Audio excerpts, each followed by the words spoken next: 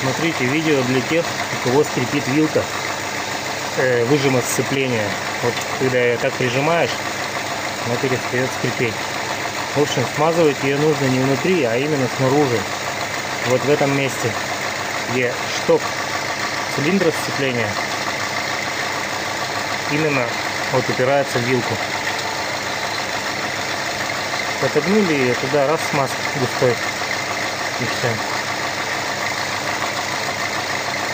Не надо туда залазить, первым делом смажьте вот здесь. И все, скорее всего, скрип прекратится, потому что видите, как она вибрирует. То, что она вибрирует на сухую к этому штоку, получается скрип.